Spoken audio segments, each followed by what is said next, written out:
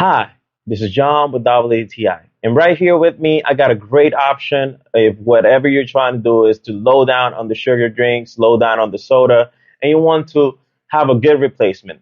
This is Zevia tea, black tea sweetened by with the raspberry flavor.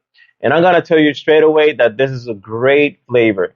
You have this natural feeling that is gonna be not sweet, no sweeteners at all. It's gonna have this no sugar and it's low on calories. So if you're really trying to do a cut, or if you're in a part of your diet that you're trying to cut down on the calories, on the liquid calories, that most of the times are the ones that will add up the most whenever is your calorie intake for the day.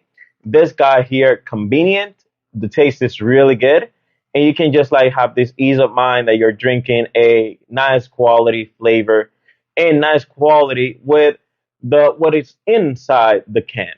So this was John with WTI, and that was my point of view.